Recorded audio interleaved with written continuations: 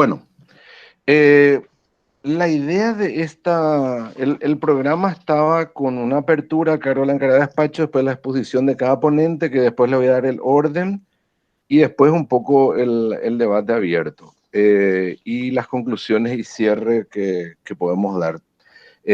Esperemos estar las 1 hora y media, así que yo le doy la palabra a la encargada de despacho para esta apertura y damos por iniciado el evento, ¿sí?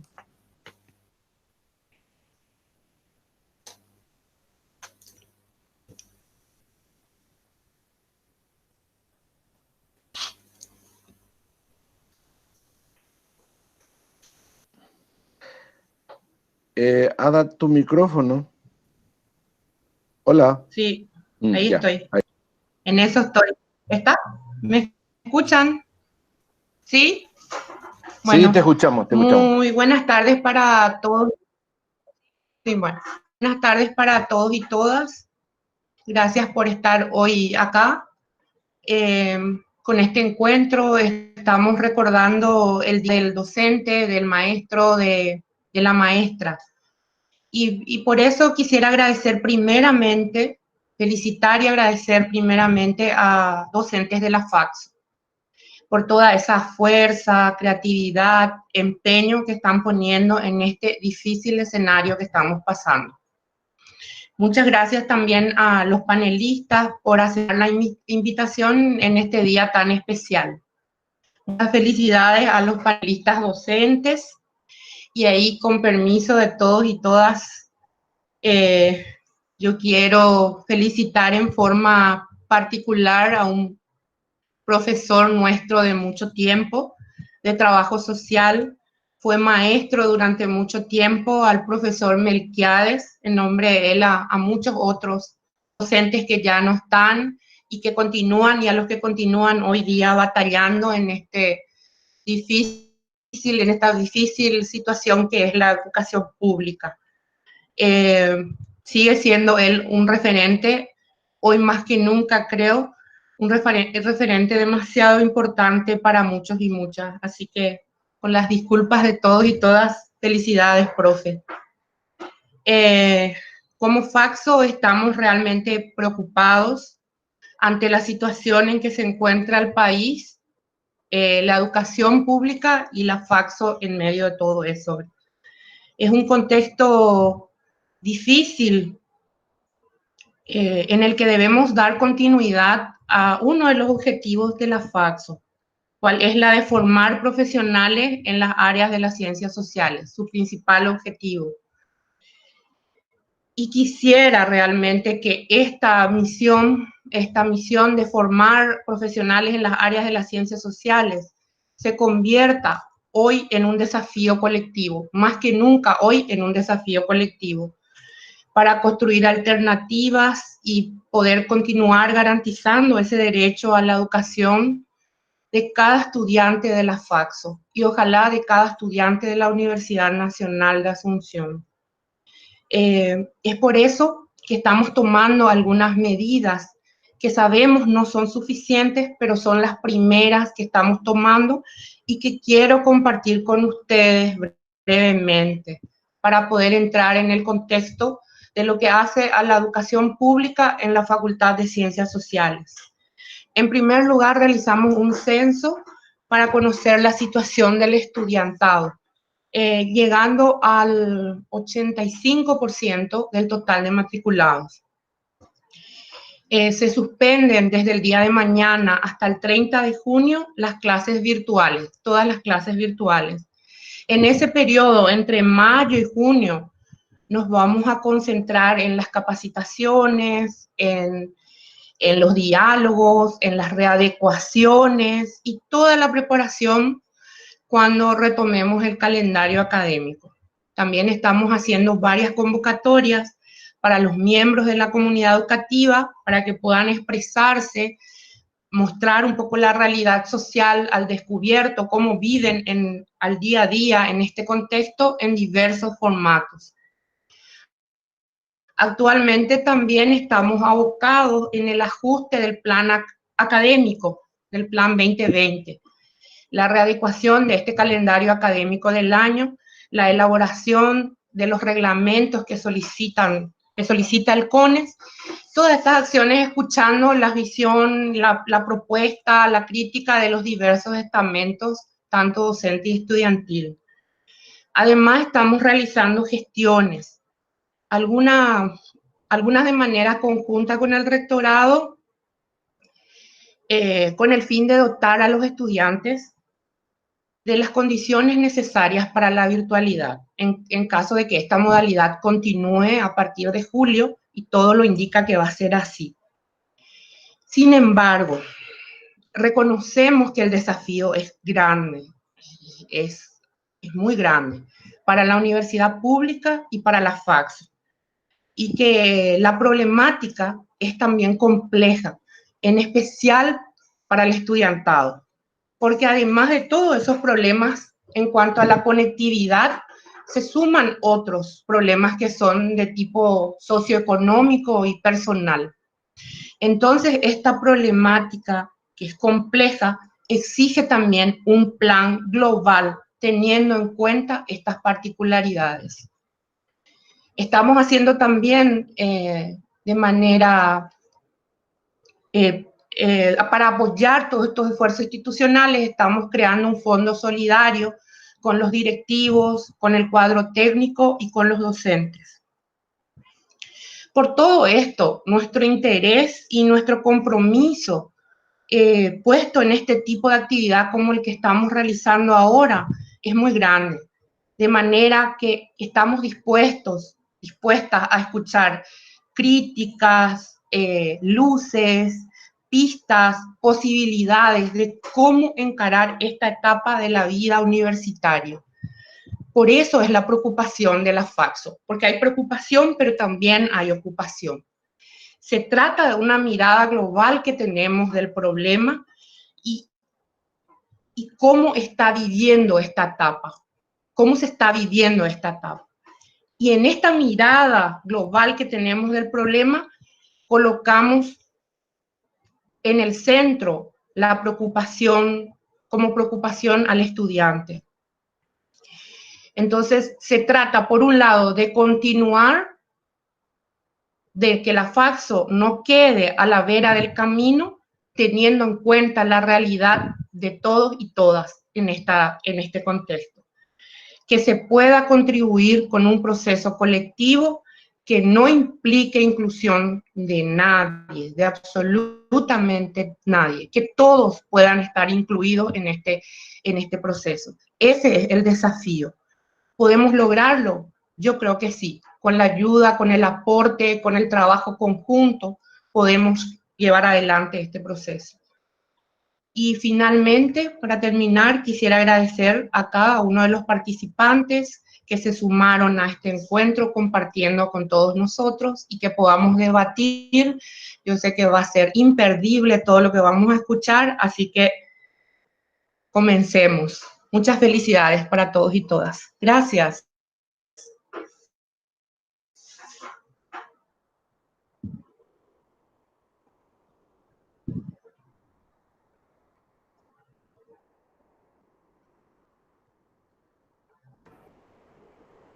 Tu micrófono, Bruno.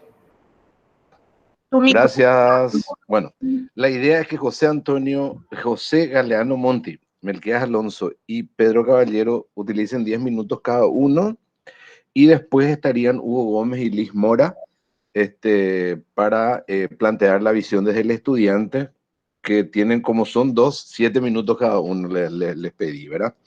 Entonces, iniciamos y después se hace el conversatorio. Para las preguntas sería bueno que vayan escribiendo. Ahora abrí mi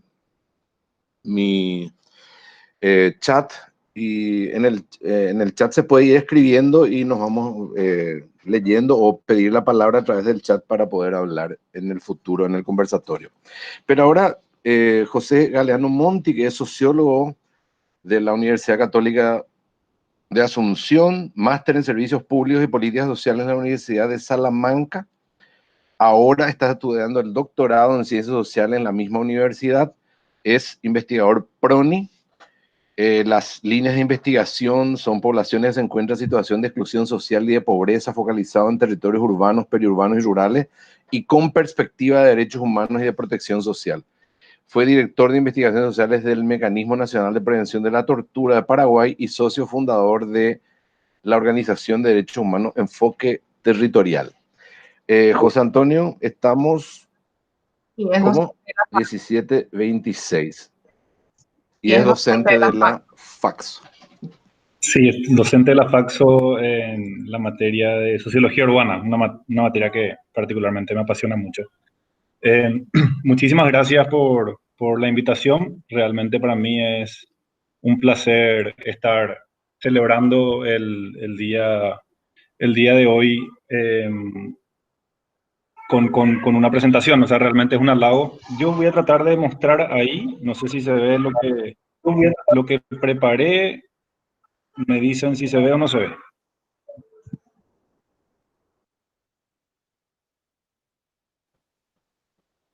Yo ¿No estoy viendo. Se ve una serie de... Dice derecho a la educación pública en el medio, ¿sí? Sí, conceptos bueno, dicen en el medio. okay. Derecho a la educación pública en el centro, sí. Ok, así es. bien.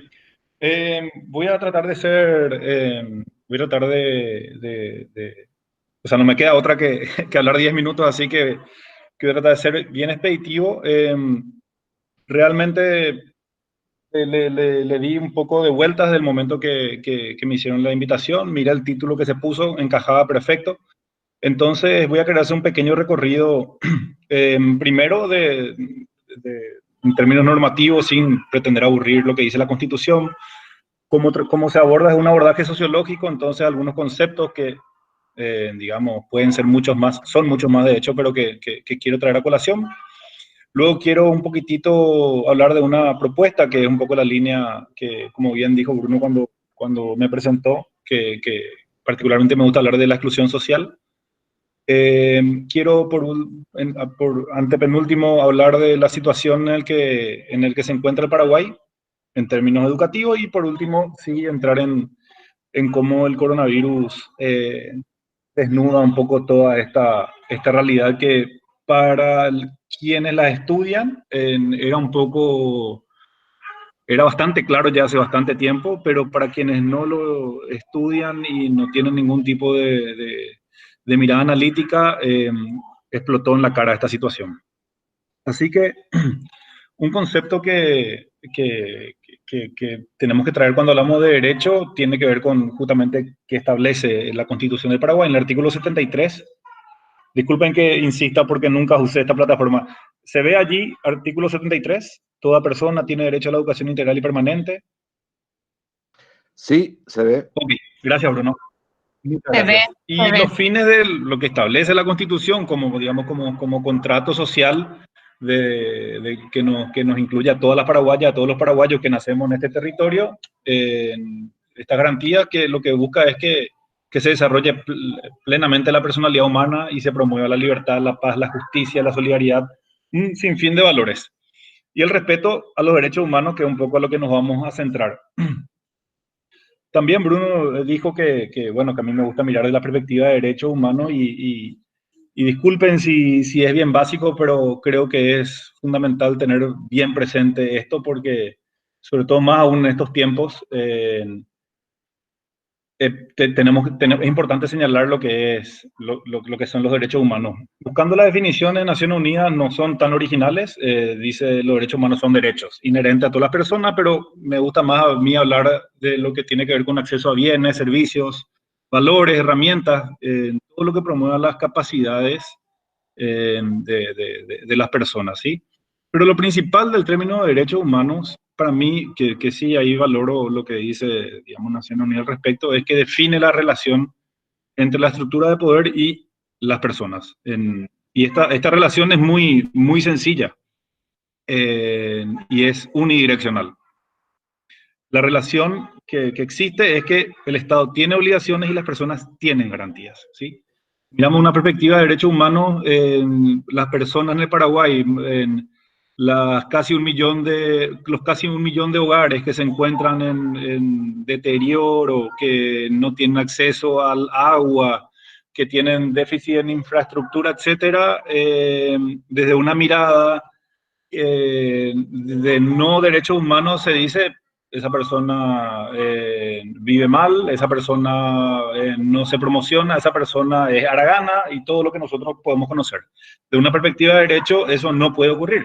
O sea, de una perspectiva de derechos humanos, todas las personas, todos los hogares tienen que tener una vivienda digna.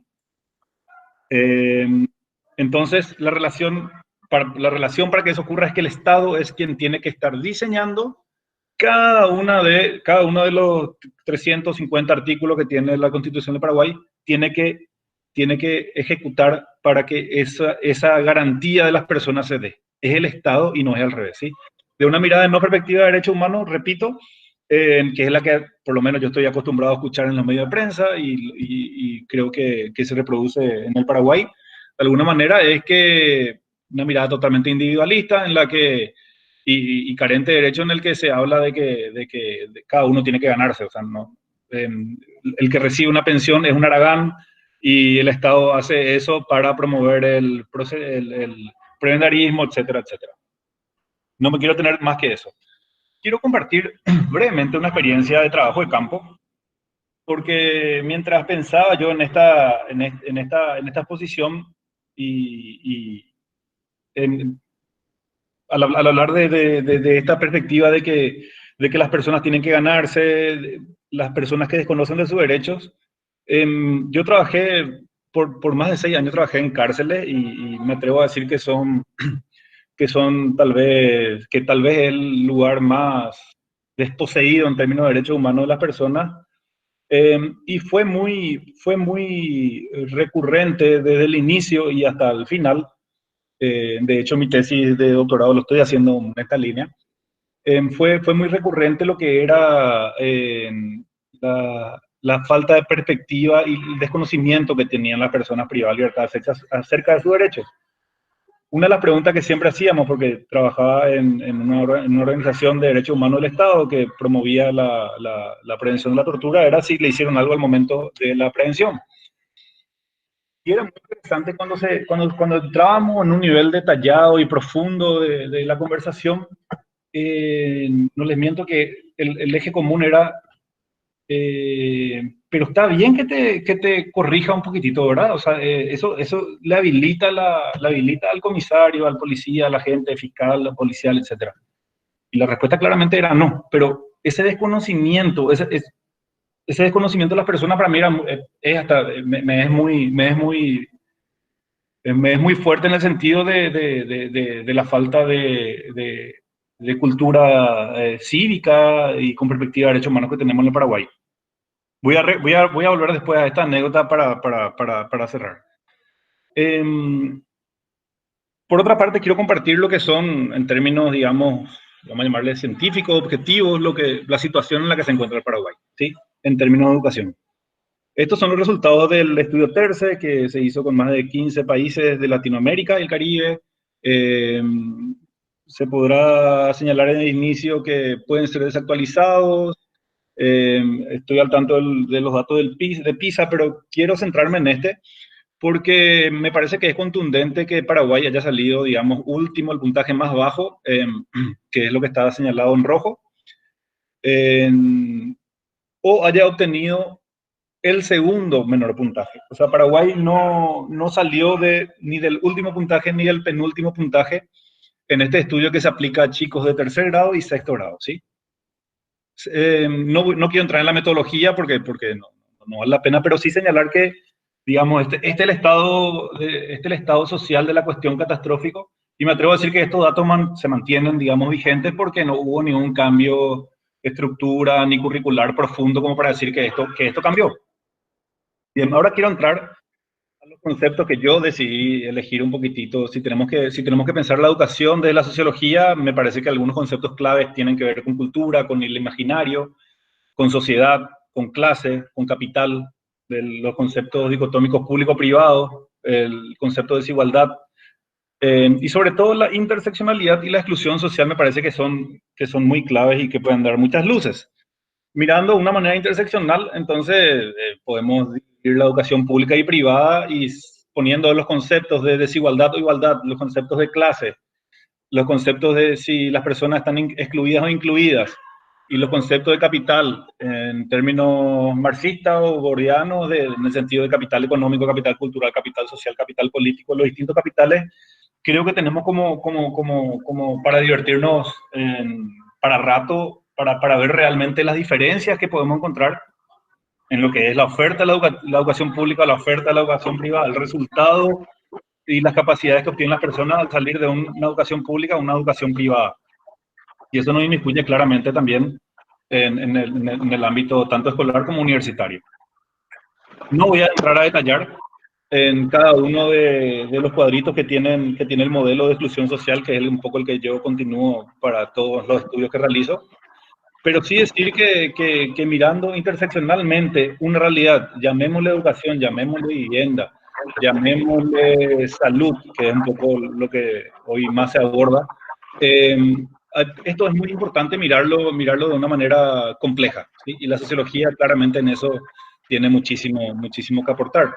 Entonces, nada más que decir que el modelo de exclusión social parte de tres miradas: la económica, la social, la política, y eso te da un abordaje muy profundo de la realidad. Por último, quiero un poco señalar lo que es, soy consciente que estoy en los 10 minutos, ya voy terminando, señalar lo que es el coronavirus y los impactos, ¿sí? Y ahí es que yo parto tengo mucho contacto, me toca actualmente trabajar en una oficina de derechos humanos de Naciones Unidas, tengo mucho contacto con colegas de la región y Argentina tiene otro rumbo el que está tomando Paraguay. Uruguay y Chile prácticamente las clases continuaron para los chicos y las chicas de una manera sin problema, de manera generalizada, ¿sí? Y ahí entonces es que yo me voy preguntando, más que preguntando, me voy respondiendo, voy analizando de decir qué lejos, qué distancias que hay entre una estructura, un modelo en un país y el otro, o sea, qué diferencia que hay entre que conozcamos, hacemos desprovistos nuestro derecho, como las personas privadas de libertad que me decían que no sabían si estaba bien o mal que se le golpee la cara, que mucho que hay todavía por recorrer como para garantizar esto que establece el artículo 73 de la y entonces el COVID, como decía al inicio, el coronavirus lo que nos hace es, de una manera muy fuerte y muy clara, muy cruda, demostrarnos que lo mal que estamos en términos en Paraguay. Y la educación, a su vez, está totalmente conectada con la salud mental, está totalmente conectada con la alimentación, está totalmente conectada con lo que es el desarrollo de infraestructura y de tecnología, ¿sí?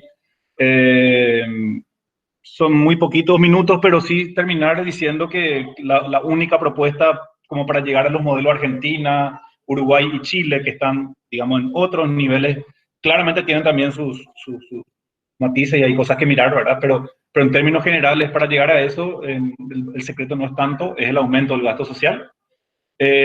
Y por último, a modo de propuesta, ir pensando, ¿por qué no en una pensión del universitario? ¿Por qué no pensar en una pensión del estudiante?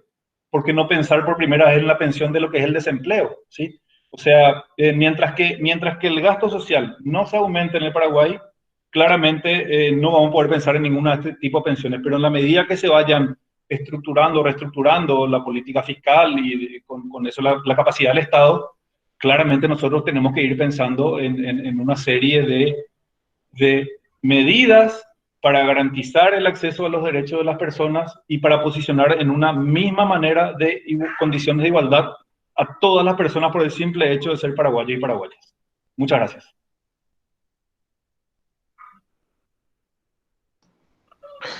Bueno, muchas gracias, José Galeano.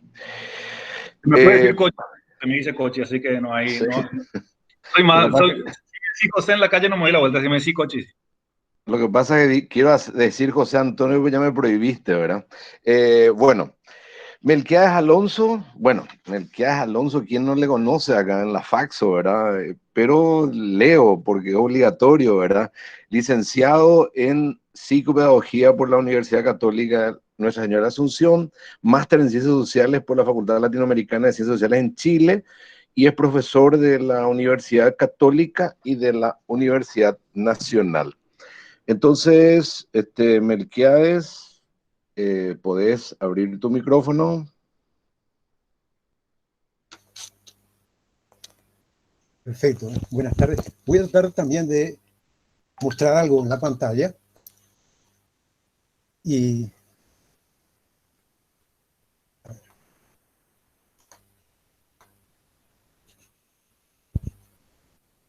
¿se ve esto en la pantalla?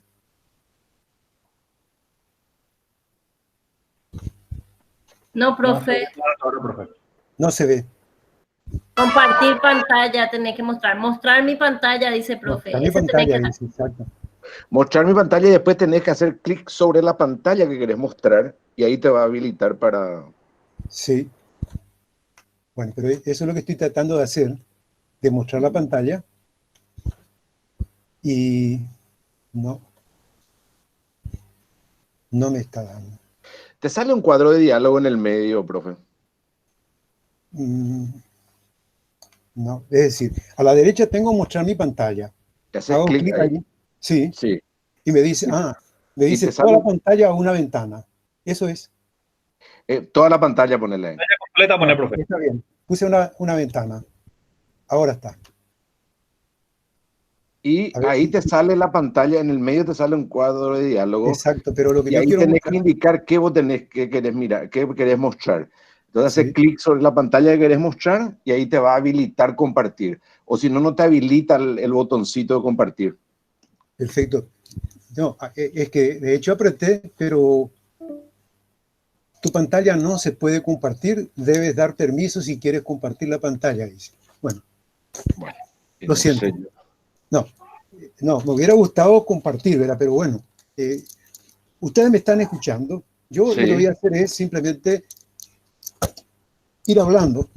Lo primero que yo quería hacer era mostrarle unas imágenes de una profesora en bicicleta repartiendo fotocopias. La imagen de 3 indígenas en una radio comunitaria en el Chaco haciendo clases para una comunidad en Ibaklén. Y también algunos stickers de docentes de Central que se comunican con sus alumnos a través de WhatsApp. ¿Por qué esto quería mostrarles? Porque muestra, por encima de todo, la labor que están haciendo con autonomía. Esas no son indicaciones del Ministerio de Educación.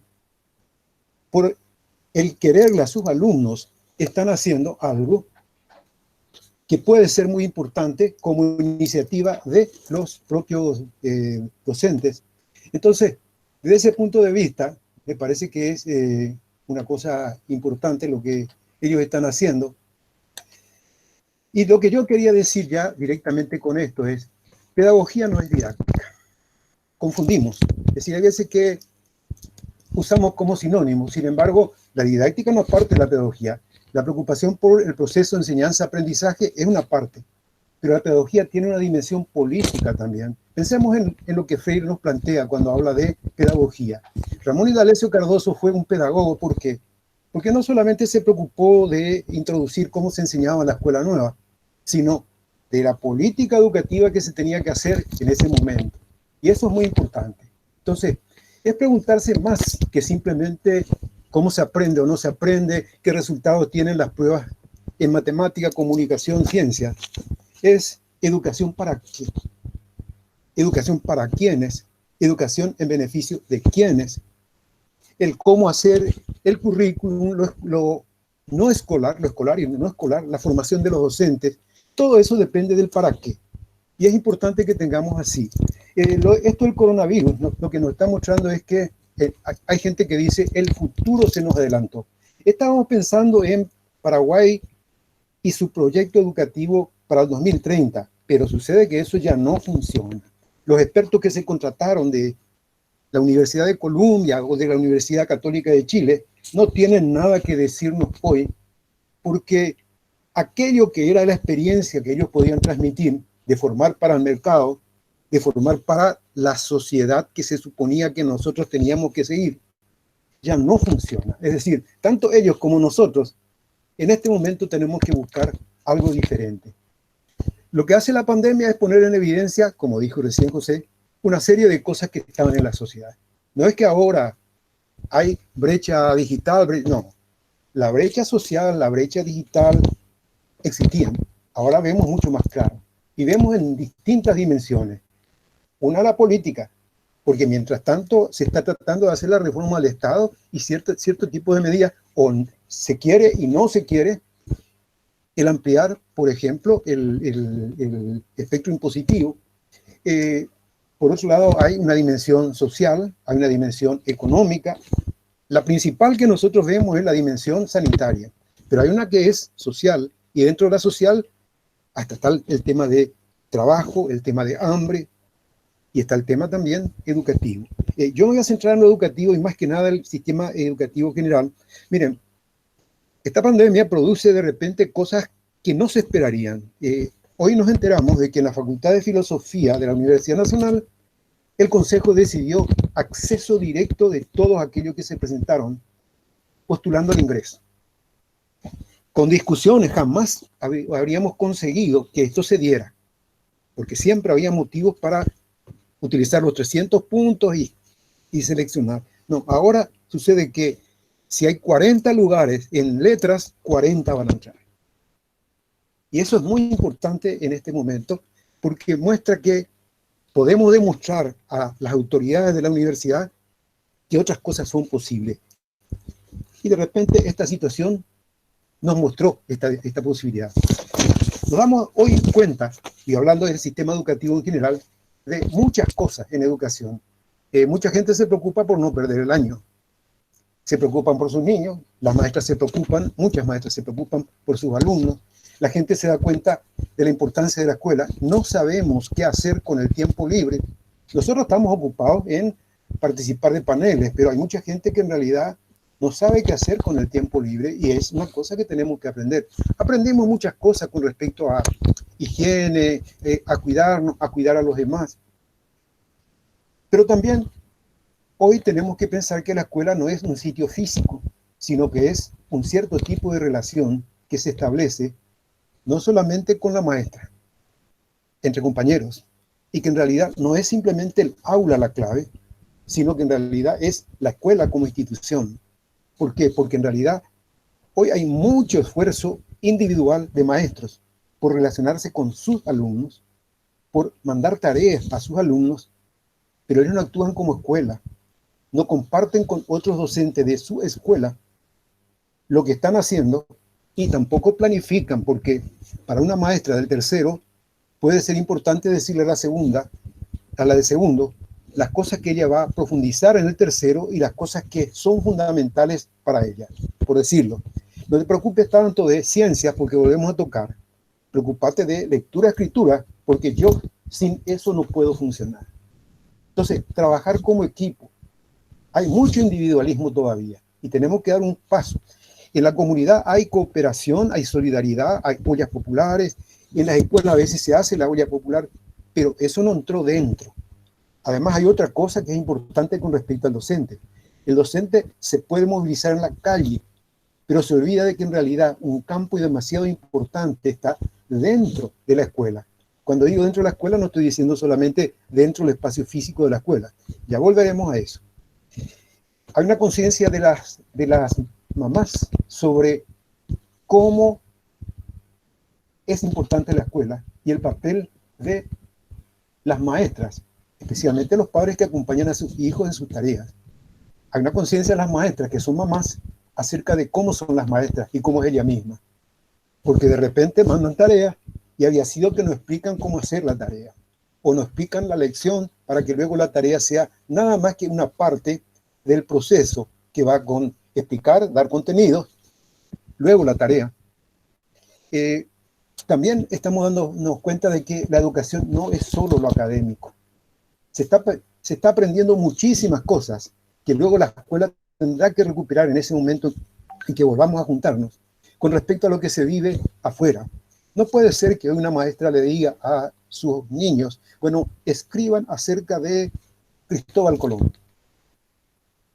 ¿Por qué no escribir acerca de lo que es la olla popular? Que eso es lo que están viviendo ellos en este momento. Es decir, la escuela tiene que aprovechar las experiencias que en este momento se dan, buenas y no tan buenas, porque tendrá que ayudar también a recuperar el sentido de esto que se pasó, darle significación y seguir adelante, sobreponiéndonos a las dificultades que hayan. Yo suelo citar últimamente el caso de Coabolaños y el Colegio Javier. 6 niños murieron, los compañeritos perdieron compañeros. 7 papás, 8 exalumnos, un profesor. Y lo que hicieron fue seguir con las actividades, no receso, no vacaciones entre comillas, no, trabajar sobre eso. Y esa experiencia tenemos que recuperar, porque vamos a tener posiblemente abuelitos que van a fallecer, y en la escuela tenemos que trabajar. Por eso es que planificar la vuelta es muy importante. Los contenidos no son solo los importantes. El vínculo pedagógico y humano es importante. Y en este receso los docentes tienen que seguir mandando mensajitos de WhatsApp. Tareas sencillas, un cuento, y que dibuje sobre el cuento, lo que sea. No es cierto de que no van a tener el celular porque los papás trabajan. No, el papá va a volver a las 8 de la noche. Y ahí puede tener el mensaje para sus hijos. Y le puede pasar el mensaje acerca de la tarea que va a hacer a la mañana siguiente, para que no rompa tampoco con ese régimen, esa especie de horario que se pudieron hacer. Después está el tema de la consideración de los futuros. Es decir, el futuro ya no va a ser como antes se pensaba, simplemente que nosotros nos sumáramos a lo que son las tendencias de nuestra sociedad y la tendencia en el mundo. No. Puede ser que si dejamos que las cosas sigan así, se recomponga y el neoliberalismo se fortalezca y las grandes corporaciones tengan fuerza. Fíjense que en Paraguay todo lo que se está dando de ayuda va a parar a los pocos dueños de las cadenas de supermercados. Es trasladar ese dinero a muy pocas manos. No es la distribución para que todo el mundo trabaje. Entonces, hay una cosa que los indígenas nos mostraron, que es la distinción entre educación y escuela. Educación es lo que se hace en la comunidad y lo que hace que el niño sea nivaclé. La escuela es donde se aprende castellano, leer, escribir, ojalá en su lengua, matemáticas, para relacionarse con los menonitas, con la gente de afuera. ¿Y cómo se forma como nivaclé? Con los abuelos, que cuentan sus tradiciones, que le enseñan artesanía, con los que comparten formas de trabajar, con los que comparten creencias religiosas, danzas, etc. Nosotros también tenemos eso. Y ahora al fin estamos dando la importancia a lo comunitario, estamos dando importancia a lo que en la familia se aprende. Yo creo que como nunca pensamos en la vuelta. Y tenemos que pensar no como si fuera la vuelta a la normalidad. Y no tenemos que pensar solamente en este momento de crisis. Por eso es que en realidad nosotros necesitamos 2 esfuerzos, 2 comisiones permanentes, como sea. Un equipo que trabaje sobre lo que hoy se está viviendo y cómo enfrentar mejor la crisis. Y otro que piense en qué va a pasar, llámese septiembre, llámese diciembre, llámese en forma escalonada, con la vuelta a las clases presenciales, a la actividad presencial. Sí. Hay quienes esperan todo de arriba y hay quienes hacen sin esperar, docentes. Es decir, hay algunos que en realidad se guían por las iniciativas y disposiciones de la autoridad. Y hay otros que se guían por los alumnos.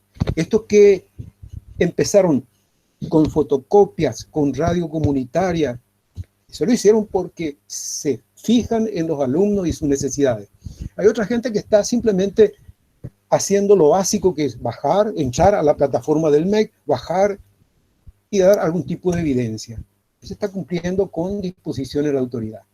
Sí, esto es importante porque en realidad no podemos simplemente esperar que de arriba decidan lo que nosotros tenemos que hacer.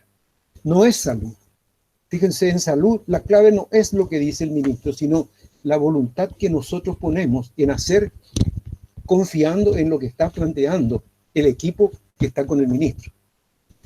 Como nunca hay expresión de puntos de vista, temores, quejas, pedidos, sugerencias, compartir experiencias, como nunca participamos de paneles como este, hay deseo de participación, pero mucha gente se espera que desde arriba se abran los espacios de participación. Es necesario. Pero miren, si nosotros juntáramos lo que sale en los distintos paneles, ordenáramos, resumiéramos, sistematizáramos, hoy se dispersa y se desperdicia el conocimiento de la gente, las propuestas de la gente.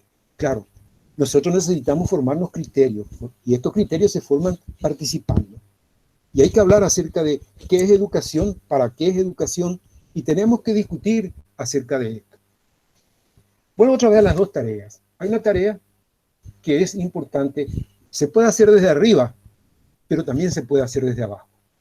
Es decir, podemos esperar que el ministerio convoque y forme comisiones, o podemos empezar desde abajo realmente, porque queremos participar. Hay una tarea que es ahora, cómo acompañar, hace falta, y de repente desde la universidad se puede hacer, aquello que llamamos investigación-acción. Aquí no podemos parar, planificar y luego actuar. No, porque entonces se rompe el vínculo pedagógico, se rompe este proceso. Miren, al final en las escuelas se pudo organizar de alguna manera, perdón, en las casas se pudo organizar de alguna manera espacios para estudiar, tiempo para estudiar. Y eso se tiene que de alguna manera mantener. Hace falta recoger experiencias, evaluar, difundir, planificar, acompañar, valorar las prácticas extraacadémicas, esto de cooperación y solidaridad en distintos aspectos, populares o no, el uso de los medios, es decir, no solamente dar clases a través de la televisión, sino realmente hacer educativo multigrado, que interesen a los papás, programas interesantes que interesen tanto a los papás como a los niños. Sí, preparar contenido, posiblemente Pedro nos va a hablar mucho mejor de esto, pero también otra forma, otro equipo tendría que preparar la vuelta. No podemos desperdiciar la vuelta a lo presencial. Es un momento muy especial que vamos a tener. Hay que planificar, capacitar, preparar programas, materiales, aprovechando lo actual, los medios, conocimientos, es decir, vamos a seguir usando plataformas, vamos a seguir usando WhatsApp, vamos a seguir usando, esto tenemos que seguir usando, pero no va a ser lo único, sino que va a ser un auxiliar para el proceso que el docente va a llevar adelante. El docente no solamente interactúa con los alumnos, no solamente traduce a la lengua de los alumnos los contenidos, no solamente explica dentro de la lengua en forma sencilla el contenido, guía, ordena, dirige el proceso, atendiendo a los alumnos, atendiendo a las características de los alumnos. También en ese proceso hay una cosa que es importante, la interacción, el diálogo. Sí, con WhatsApp podemos mandar mensajitos, pero no entramos en diálogo.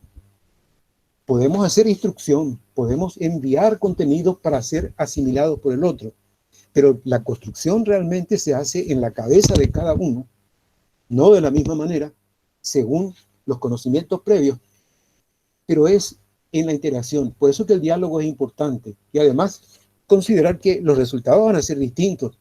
No necesariamente como en una evaluación estandarizada se pretende que se tenga.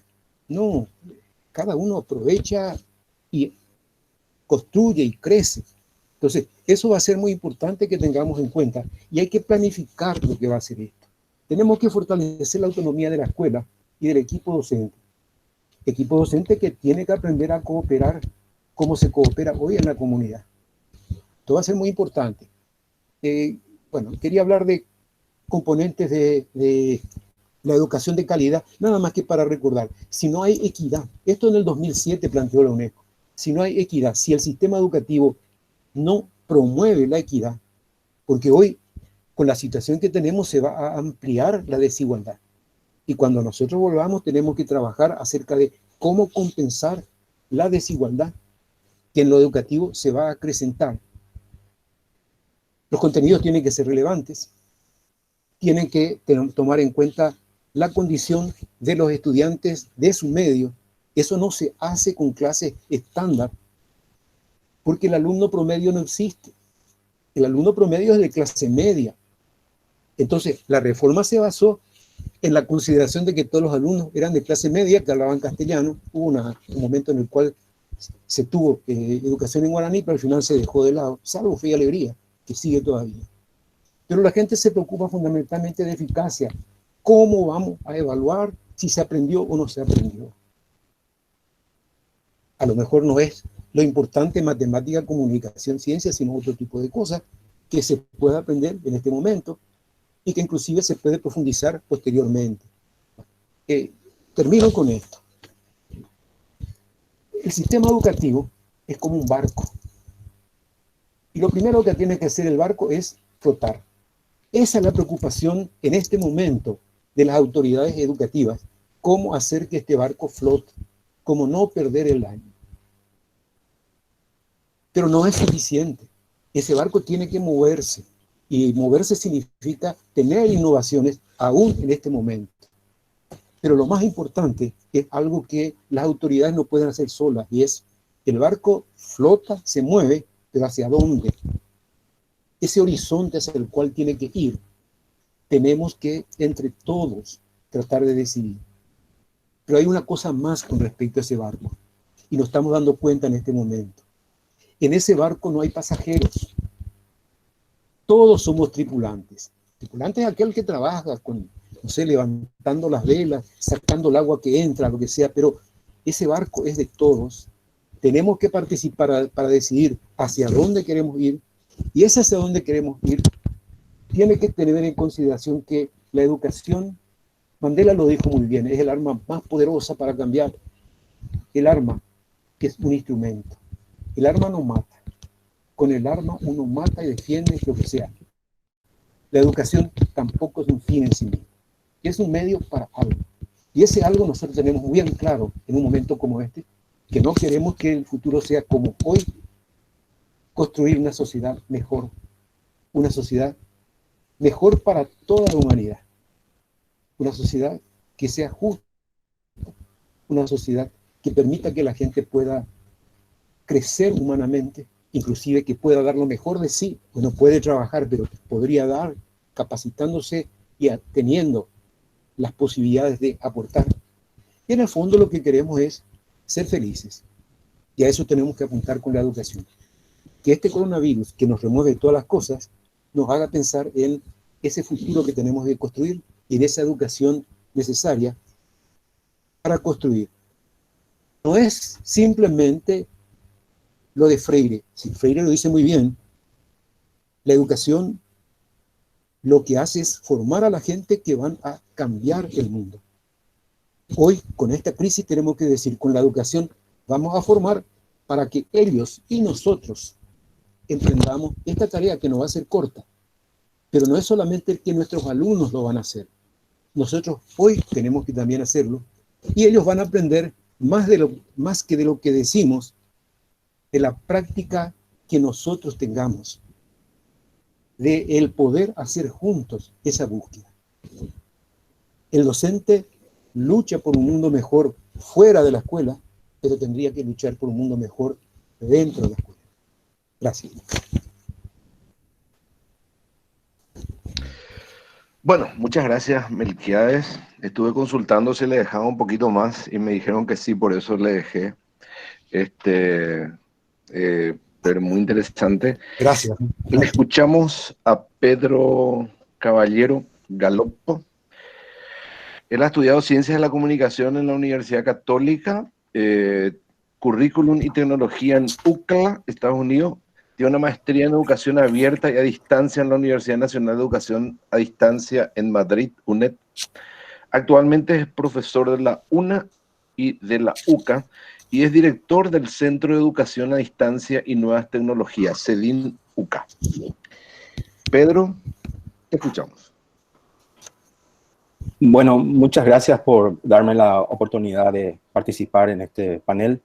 Y yo le voy a hablar en líneas generales de la educación superior a distancia. Voy a dar algunas ideas para que ustedes saquen sus conclusiones y finalmente por ahí alguna pista de cómo podemos resolver la situación en la que estamos. La educación a distancia es importante entender que surgió no para reemplazar a la educación presencial, surgió en base a necesidades como las que estamos viviendo ahora. O sea, por eso es que ahora la queremos retomar. Y bueno, yo llevo 30 años tratando de divulgar esto y lastimosamente un virus hizo que la gente se entusiasme ahora con el tema, pero a buena hora. Y bueno, entonces les quiero comentar que la educación a distancia, la educación superior, empezó en Europa en el año 69 más o menos, con la UNED de España, con la Open University en Inglaterra, hubieron también otras opciones en Alemania y obviamente, por supuesto, en Asia hay varias que se fundaron, casi todas son públicas. En América Latina empezaron la Universidad Nacional Abierta de Venezuela, más o menos, ahí cerquita nomás en los años 75, más o menos ya se formalizó eso en Venezuela.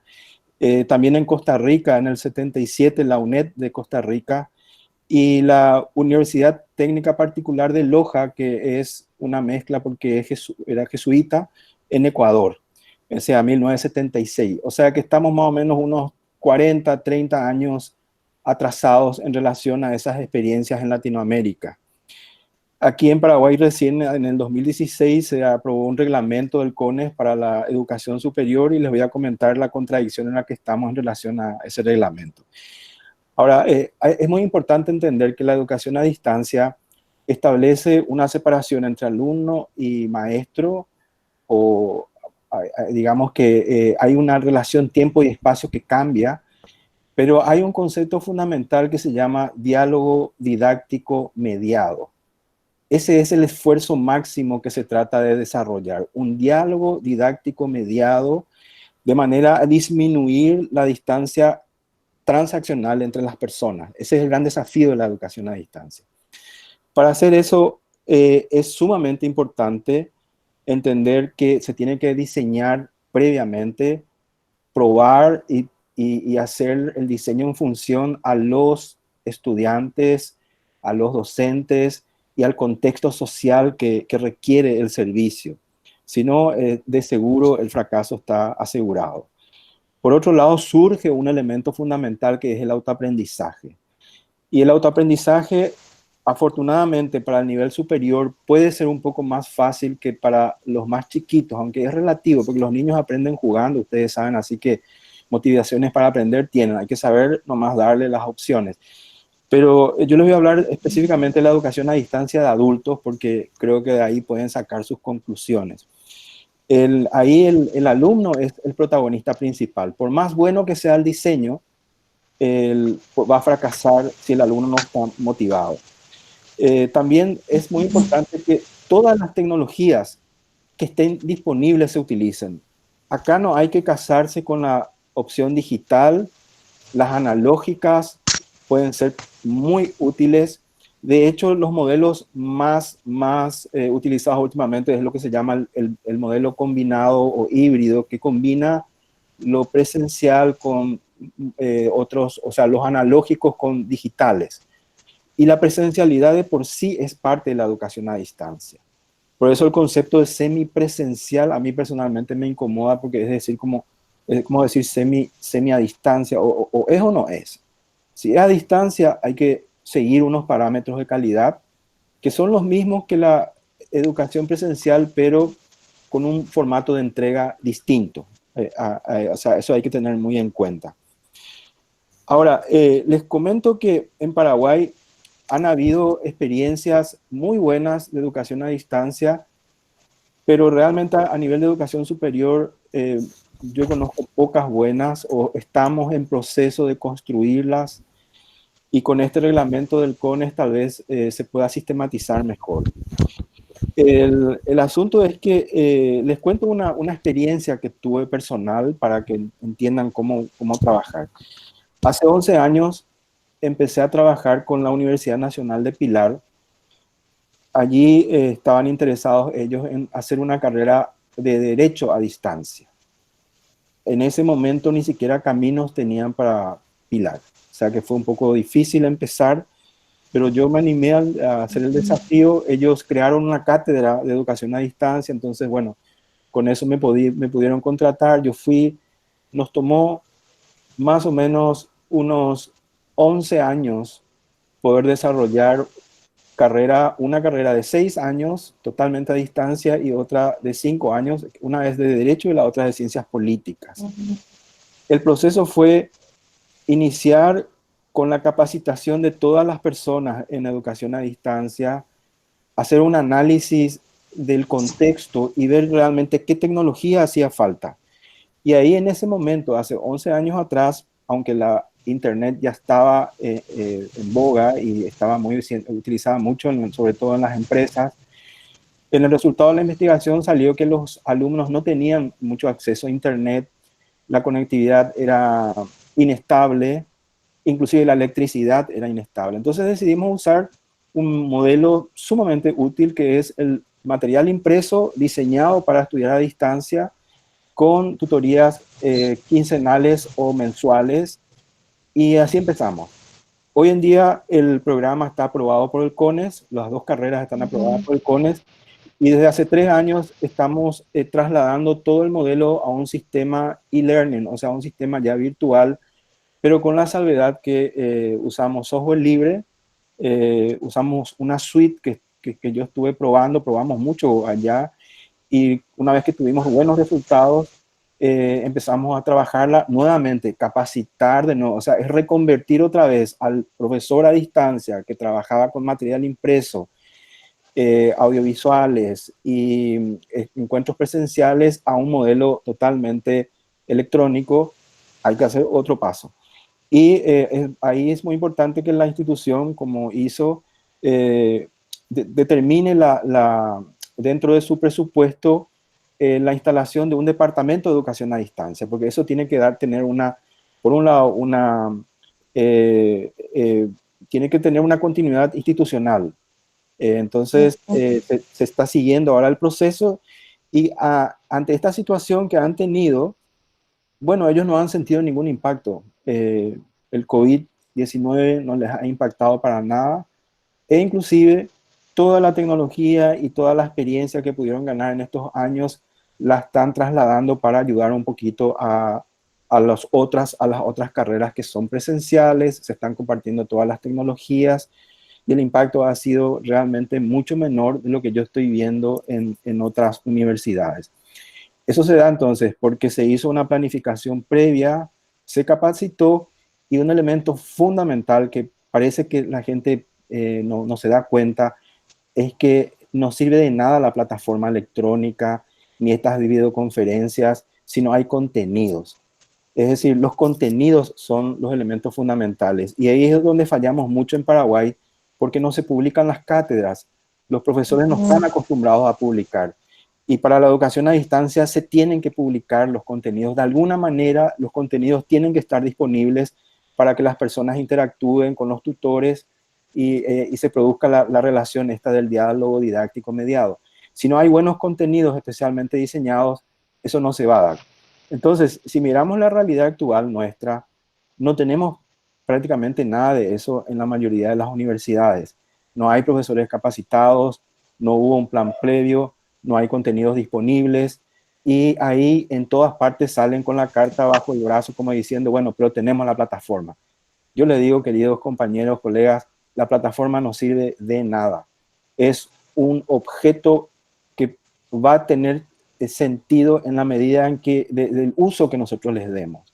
Pero así, porque sí nomás no. O sea, una videoconferencia como esta puede ser sumamente aburrida. Yo les decía hoy, justamente estábamos comerciales, que a lo mejor ahora de las 67 y tantas personas que hay, unas cuantas están viendo Netflix, otras están mirando su celular. O sea, no garantiza nada esto. Hacer una clase, un webinar, son aburridísimos, son muy aburridos. Yo les digo que hace años que promuevo la tecnología, entonces puedo decirle con certeza que puede llegar a ser totalmente inútil la tecnología digital si no está bien planificada.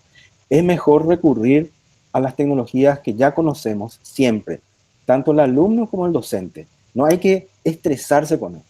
Si usted conoce cómo trabajar con un libro y hacer una buena fotocopia, así como dijo Melquiades, llévenle en bicicleta, aunque sea al alumno. En Perú había un modelo que se llamaba el tutor en moto. Entonces, en moto se iban los tutores a llevar los materiales. Y funcionó perfecto. Yo diseñé acá en Paraguay programas basados en experiencias en Bolivia, donde había también tutor a caballo. Y funciona perfecto. No hay problema porque la gente usa lo que le sirve y es feliz. O sea, disfruta lo que está haciendo y devuelve conocimiento. Entonces la tecnología, este tipo de tecnología digital no es absolutamente imprescindible. Sí tenemos que encaminarnos hacia un proceso de alfabetización digital que sería el qué pasa después del coronavirus. Bueno, pensemos en hacer alfabetización digital. Pensemos que el Estado tiene que invertir mejor. Pensemos en la Internet 2 que perdimos nosotros como Paraguay.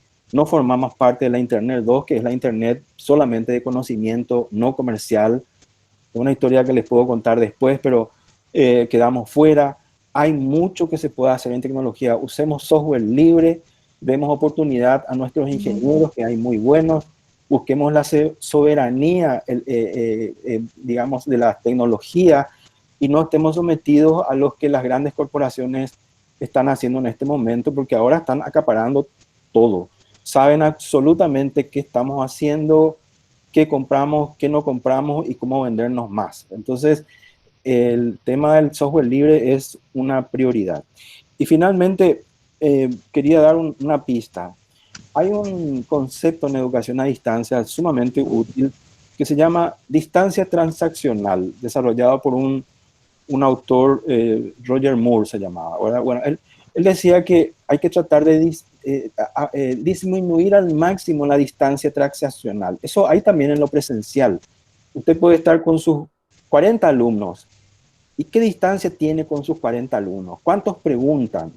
De los 40 hay 2 que levantan la mano y el resto está pensando en la novia, está pensando a qué hora va a salir o quién sabe qué cosa. O sea, esa distancia transaccional ocurre en el nivel presencial que tomó como ejemplo Moore para investigar y la trasladó a la educación a distancia. Y ahí hay 3 componentes: la autonomía, la estructura y el diálogo. La autonomía es cuán independiente es el estudiante. La estructura, cuán diseñado está el programa.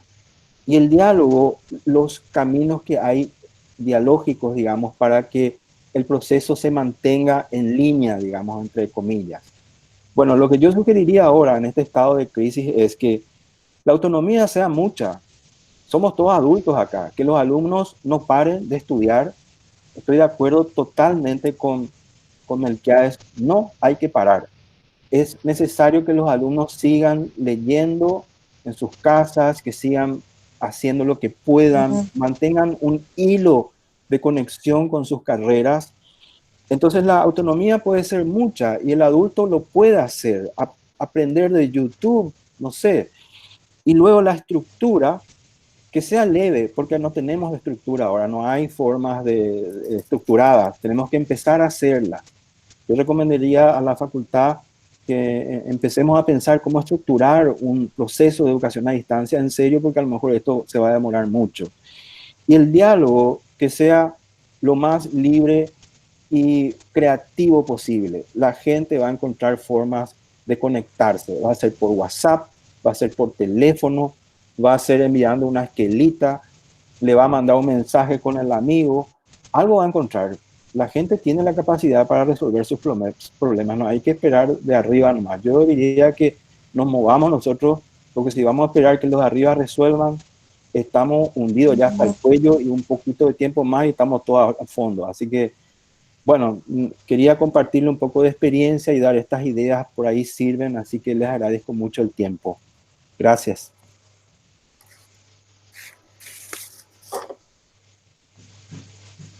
Excelente, profesor, muchísimas gracias. Ahora tenemos la intervención de Hugo Gómez, que es presidente del Centro Estudiante de Filosofía y actualmente alumno del 5º semestre de Sociología. Hugo, ¿estás por ahí? Abrí tu micrófono. Sí, ¿qué tal? Adelante, te escuchamos. ¿Y qué tal? Buenas tardes. Buenas tardes, profesores. Feliz día, ¿verdad? En celebrar un poco este encuentro, que abre la Faxo, que abre la facultad, que, que debería de ser, ¿verdad? Y de por sí, de hecho sí lo es, según lo que entiendo y según nuestra conformación, según nos conocemos, ¿verdad? Es la facultad que está pensando un poco más allá de simplemente solucionar los problemas que tenemos ahora mismo como educación y el proceso de enseñanza-aprendizaje y la educación a distancia, ¿verdad? Eh, bueno, como estudiantes de la Faxo, nosotros desde un pequeño recuento ahora de cómo fuimos sobrellevando esta situación, ya que el título de la conversación lo demanda, ahora que desafíos a la educación pública en tiempos de pandemia. Entonces, entendiendo nosotros, ni bien salió esta situación, tenemos siempre en claro de repente que muchas instituciones públicas de repente a nivel país se terminan resolviendo o tapando con mucho de la solidaridad, ¿verdad? Entonces, entendiendo bien estos conceptos, fue lo primero que hicimos ahora. Empezar a movernos entre estudiantes, entre nuestros pares, contactando con diferentes cursos para poder saber, ¿verdad?, la necesidad real del estudiante de la Faxo y cómo estábamos primeramente pensar de cómo estábamos en cuanto a cómo seguir esto, ¿verdad? Porque también existen realidades de estudiantes trabajadores, ¿verdad? Estudiantes trabajadores que ya están quedando sin empleo. Entonces, entendiendo todo eso y esa necesidad básica primera que pasa un estudiante de la Universidad Nacional promedio, que de repente en su mayoría son trabajadores informales. Entonces, entendiendo esto, es que iniciamos con una campaña de solidaridad, recabando datos, sabiendo cómo estaban los compañeros. Posterior a eso, vamos buscando otros pasos que son el de golpear un poco las puertas ya de las instituciones y en amplios debates, en amplias conversaciones que empezamos a tener desde que ocurrió esto, es como que entendimos un poco que la solución, o por lo menos para poder ir pasando estos momentos, ir sobrellevando de la mejor manera, con las mejores condiciones para todos y para todas, era poder asumirse eso desde el sector público, ¿no? Entendimos eso, entonces fuimos buscando otras instancias, cómo sería llegar a nuestro mayor nuevo gobierno, por detenerme en la UNA mismo, ¿verdad? En lo que sería las gestiones del Consejo Superior, del rectorado de la UNA, ¿verdad? Cómo la UNA misma, cómo la UNA misma reacciona ante esto, como lo decía el profesor Melquiades, que estas desigualdades y estas desorganizaciones mismas dentro de la UNA fueron existiendo siempre. Mira, garantías sobre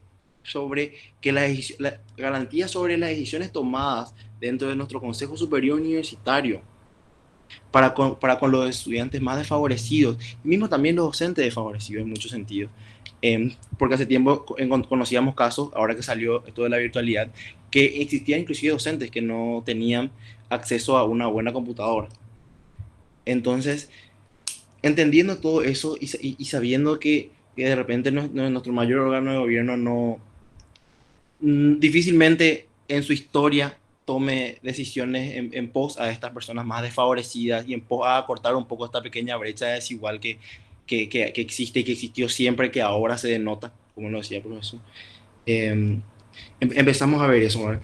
También dentro del estamento estudiantil de la Faxo salía un poco el debate de trabajar un poco la pertinencia un poco de la educación, ¿verdad? La pertinencia y lo pertinente que es la educación en el sentido en cuanto a para qué nos formamos, para qué nos formamos, si es para seguir reproduciendo el mismo sistema desigual un poco, o en realidad sería para la transformación de una sociedad. Entonces, entendiendo todo esto también, conversando de que existen estudiantes trabajadores, también entendemos los docentes en cuanto a los trabajadores, y hoy en día creo fundamental para mencionar de los docentes trabajadores, en cuanto a que se debe de ver a los docentes trabajadores y también a los docentes educadores, esa doble función que tiene el docente, ¿verdad? Y es como que, es como verlo al docente como un trabajador, ¿verdad? Respetar sus derechos laborales, respetar su antigüedad, su trayectoria, ¿verdad? Y asimismo también no dejar de ver el lado del lado formador que tiene esa persona, el lado de acompañar que tiene ese. Y si no existe de repente esa relación o no existe esa relación de la antigüedad, que debe respetarse a como de lugar, y, y no así ir acompañado de una especie de formación o una preparación suficiente para formar, también la universidad debería de replantearse un poco eso, ¿verdad? Eh, Hablando un poco de docente, estudiante y de la enseñanza-aprendizaje, es alentar un poco o ver lo bueno que se han hecho de repente ahora en la FACSO que tuvimos, digo, de los estudiantes, para poder ser parte de un proceso de concursos docentes, por ejemplo, eso que nunca se ha dado en ninguna universidad, por ejemplo. Y en la FACSO lo tuvimos oportunidad, entonces eso es un avance ya desde la institución misma, de por sí, desde su corto tiempo de vida, ¿verdad? Y bien, por ahí más o menos estamos sobre cuanto a la educación a distancia, también desde el estamento estudiantil empezamos a hablar un poco sobre esta digitalización que trae como proyecto la UNA, y como mencionaba el profesor Caballero, las grandes corporaciones lo saben todo. Es como que también ver, y esto es como un llamado más a los simpatizantes de las ciencias sociales, ¿verdad? Que nos encontramos acá, a ver un poco estas herramientas que nos va a traer la Universidad Nacional, o este contenido que se va a implementar dentro de las plataformas. Existen universidades ya de bastante tiempo en la UNA que por su conocido histórico de repente tener otros intereses, diría, más económicos, intereses empresariales, ¿verdad? No tanto así de una educación. Entonces, ver un poco eso, mantenernos bien alerta en cuanto a eso, ahora que se está implementando la educación a distancia y las plataformas y los contenidos y el diseño y los métodos de enseñanza, los métodos de evaluación que van a tener estas plataformas. Entonces, detenernos lo necesario sobre eso y poder no perder de vista, ¿verdad? Y seguir apuntando desde las ciencias sociales a ese pensamiento más crítico sobre estas situaciones. Eso, gracias por el espacio a la universidad, a la Facultad de Ciencias Sociales y muchas gracias. Bueno, muchas gracias, Hugo. Liz está un poco desconectada, tiene problemas, pero haríamos las preguntas. Iniciaríamos las preguntas y después vemos cómo retomamos con Liz. Una primera pregunta que salió fue, bueno, ¿cuáles son las salidas? ¿Cuáles son los obstáculos? ¿Cuáles son las salidas? Decía por ahí alguien escrito en el chat. Allí Alejandro Rodríguez Alcalá quiere participar. José Carlos.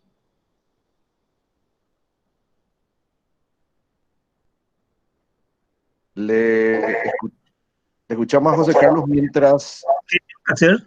Adelante. ¿Qué tengo que hacer para aparecer? Nada. Hablar nomás, ya estás hablando.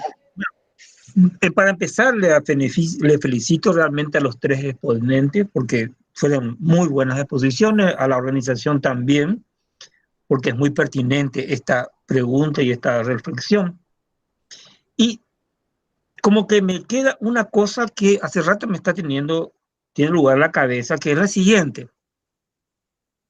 Las cosas no ocurren ni de balde, ni porque sí.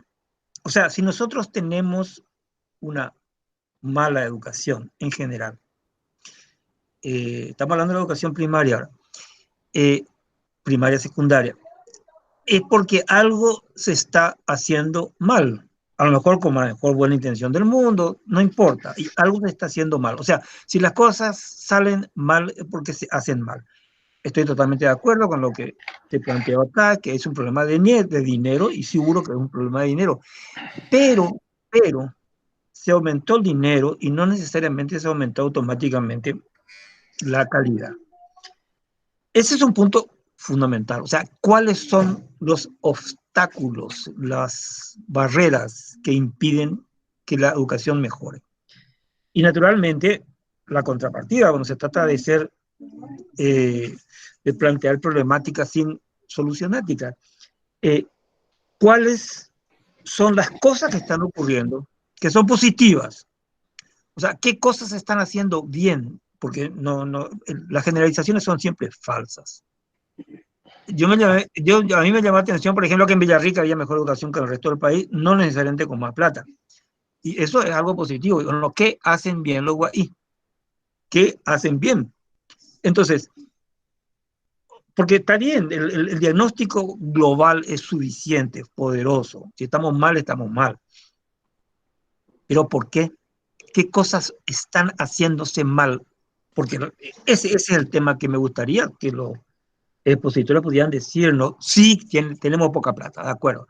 Ese es otro problema. Tampoco tenemos poca plata de balde. Tenemos poca plata porque evidentemente acá tenemos un sector pudiente que no quiere contribuir y que usa el neoliberalismo, en realidad para mantenerlo de siempre, porque acá la sociedad paraguaya no era una sociedad históricamente neoliberal, sino más que nada oligárquica, era plutocrática.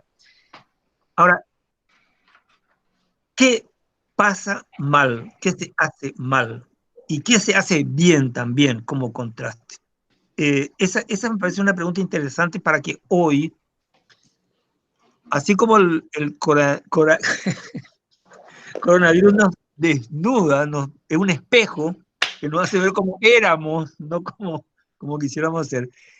Pero aprovechemos esta situación de catástrofe para sacar algún bien del mal. Eso nomás. Muy bien, le damos la palabra a Ángel y tendríamos 4 preguntas entonces para los panelistas. Adelante, Ángel. Sí, buenas tardes, buenas noches. Bueno, yo quiero ubicarme que somos FACSO, Facultad de Ciencias Sociales, y la situación en la que nos encontramos es una situación de crisis global muy importante e inédita. Es decir, nosotros el día de mañana no es que se va a recomponer todo y va a quedar como antes, o algo tenemos que mejorar. Hay una situación inédita. Nunca vi yo, analizando la Primera Guerra Mundial, la Segunda, la crisis del 2008, la crisis del 29, nunca en el mundo hubo una situación tan inédita de todos los más de 200 países del mundo en crisis total.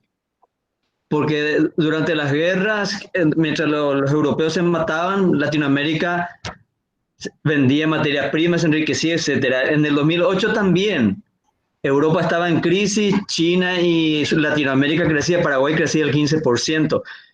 En esta crisis es muy distinta. La OIT acaba de publicar que está en riesgo de perder su empleo 1.500 millones de personas, es decir, la mitad de la población económicamente activa ocupada en el mundo. Paraguay es un ladrillo en la pared. Entonces, yo creo que deberíamos ubicarnos en discutir esto nosotros como parte de este problema. O sea, hay muchas cosas que dependen de nosotros y muchísimas cosas que no dependen de nosotros.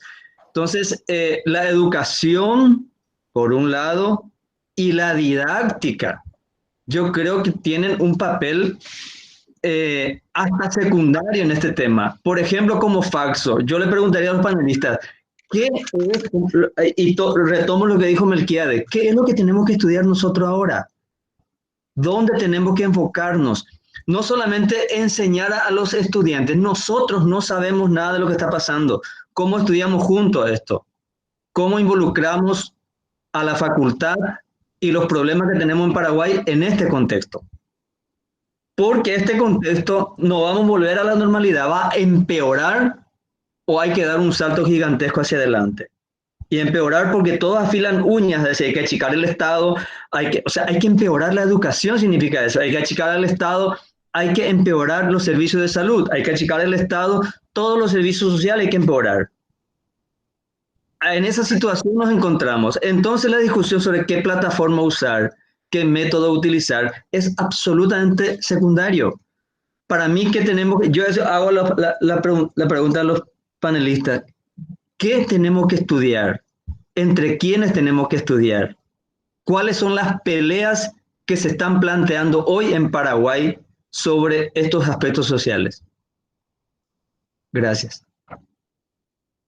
Bueno, entonces le damos las palabras a los panelistas. Recuerdo, Ale decía, ¿qué salidas tenemos ahora? José Carlos, ¿qué se hizo bien o mal? ¿Qué tenemos que estudiar? Hay un contexto que probablemente va a hablar de achicamiento del Estado, a pesar que se vio mucho que la salud pública es lo que salvó esto, ¿verdad? Y acá un poco la Dirección de Extensión decía también eso, hay una brecha digital, ¿cuáles son las pistas para enfrentar? ¿Hacia dónde nos vamos? O sea, más todos apuntaban hacia la propuesta teniendo en cuenta el contexto, la brecha digital, la situación de la economía, etcétera, etcétera. Así que le doy la palabra, no sé quién empieza, Cochi o Melquiades. Bueno, voy a empezar. Con respecto a lo de la brecha digital, en realidad es brecha social, una de cuyas consecuencias es la brecha digital, pero posiblemente el profesor Pedro Caballero va a poder hablar mejor de eso. A mí me gustaría dos cosas. Una, con respecto a analizar esto de qué se hace bien, qué se hace mal. Ahora es mucho más claro qué es lo que, para los docentes especialmente, qué es lo que en realidad no estaba funcionando. Se cambia la relación entre papás, docentes, y ojalá entre docentes entre sí. Pero hay un punto que es importante, es decir, la práctica docente. Pero la práctica docente tiene que ser analizada por los propios docentes, con ayuda de los papás, los propios alumnos, eso más claro en el nivel de secundaria. Pero volvamos a lo de la universidad. También en la universidad, es decir, ¿cuál es el sentido de la carrera, de lo que hacemos con estas materias? La interrelación, porque muchas veces los profesores en la universidad tenemos cada uno su materia con poca interacción con los demás profesores, incluso del mismo semestre, en el caso de ustedes, del mismo semestre. Pero no podemos esperar a que las cosas cambien para empezar a tratar de cambiar. Esta mañana alguien preguntaba, bueno, si yo tengo que ser profesora de práctica, ¿qué hago en este momento? Y en el caso de práctica en el ámbito social, nosotros podemos preguntarnos, la primera cosa es que en algún momento vamos a poder estar en contacto con la gente, pero es que utilizando radio comunitaria, utilizando teléfono para comunicarnos con gente que tiene un papel de referente en la comunidad, especialmente en la comunidad donde se estuvo trabajando, se puede o no acompañar el proceso, aunque sea simplemente el proceso de las pollas comunes. ¿Qué quiero decir con esto? Que tenemos que pensar en alternativas. Es posible, pensando en no esperar al momento en el cual se van a dar las condiciones propicias de relación presencial. Pero tenemos que ver, tenemos que estudiar. Y en el caso de la universidad no podemos. Lo primero es desconocer que formamos parte del mismo sistema educativo. No porque haya autonomía de la universidad, no tiene que haber compromiso con el resto del sistema educativo. Y es una cosa importante. Y en eso tenemos que ver realmente cómo podemos nosotros acompañar. En cuanto a investigación, a lo mejor en este momento más que nada es investigación bibliográfica, analizar estadísticas, ver lo que José Carlos decía respecto a qué cosas se hicieron. Si nosotros releváramos las cosas que se estuvieron haciendo y que se desecharon, ¿por qué Argentina tiene mejor condición? Porque nunca desmontó la televisión pública, porque nunca desmontó los canales educativos, porque esto se mantuvo a lo largo del tiempo. Nosotros tuvimos a la Honduras P, lo tiramos. Nosotros tuvimos televisión pública, la convertimos en televisión gubernamental. Nosotros tuvimos teleeducación, nos olvidamos de teleeducación. Entonces, no es para lamentarnos, sino para ver que en realidad hay experiencias que tenemos que tener en cuenta. Hay algunas que siguen vigentes, como Fe y Alegría. Bueno, ¿qué es lo que hace que un programa educativo como el de Fe y Alegría, con radio, pueda dar resultados? Eso podemos hacer desde la universidad. No solo podemos, tendría que ser responsabilidad nuestra. Pasa.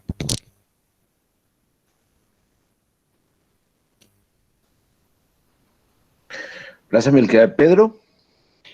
Sí, yo creo que sobre qué hacemos bien y qué hacemos mal, yo creo que tenemos que perder el miedo. Recuerdo mucho en la época cuando vivíamos la época de la tiranía de Stroessner, había un momento en que decíamos no tener miedo. Bueno, pasó ese periodo y la verdad que el miedo sigue. Entonces, generalmente lo que yo veo en el ámbito en el que me muevo, sobre todo que tiene que ver con las tecnologías, por ejemplo, se tiene siempre una mentalidad colonialista.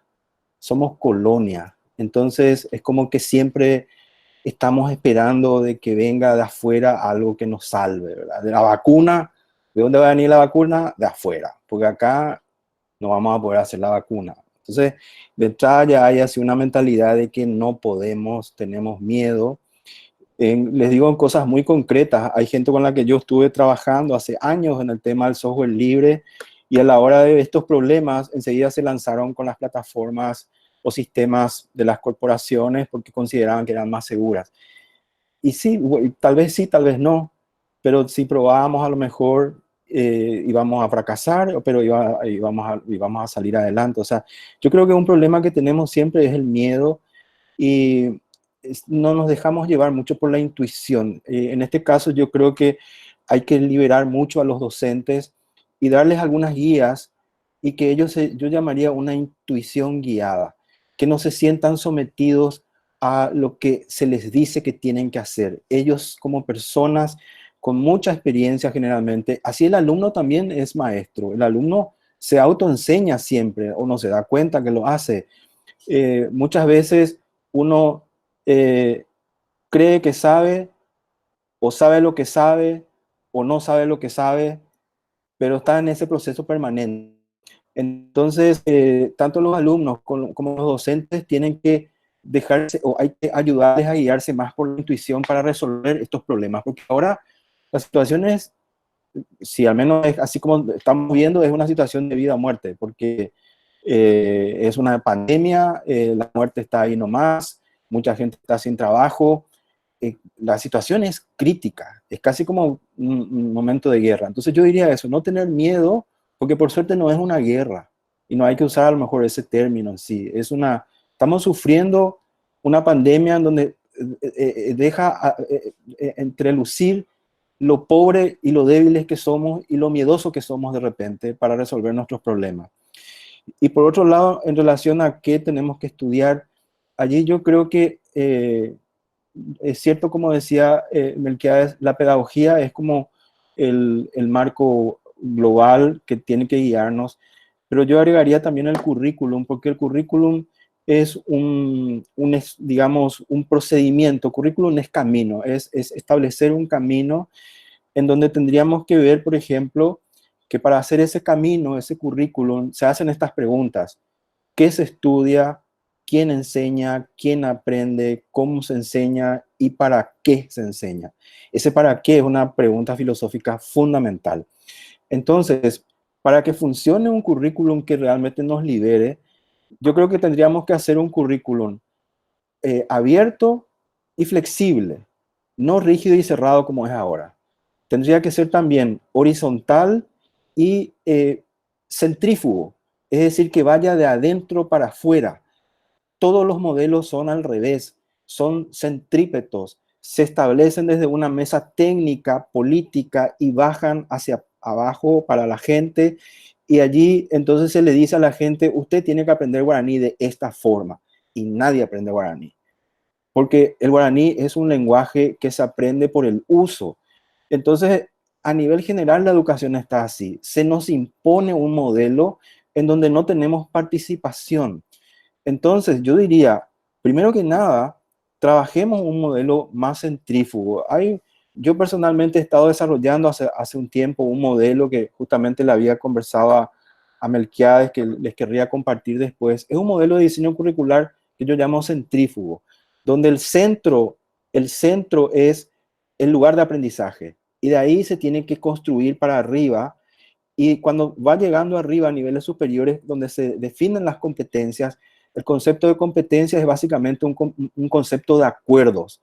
Hay que acordar después entre todos cuáles son las competencias que el país necesita. Europa, por ejemplo, para la Unión Europea decidió 7 competencias y ya está. Y después cada país sigue su rumbo. Pero hay 7 competencias que todos los países europeos deben seguir. Nosotros deberíamos hacer algo así, ponernos de acuerdo, pero después la construcción tiene que ir de abajo para arriba. Y esos espacios de aprendizaje pueden ser educación informal, la familia, por ejemplo, los clubes, las parroquias, la educación formal, primaria, secundaria, universidad, y la educación no formal, que es el trabajo. Recién uno de los representantes estudiantiles hablaba de el grupo de trabajadores. Y bueno, de ahí tiene que partir el currículum. De ahí tiene que partir lo que queremos aprender. No puede ser que el currículum siga siendo todavía elaborado por un conjunto de técnicos y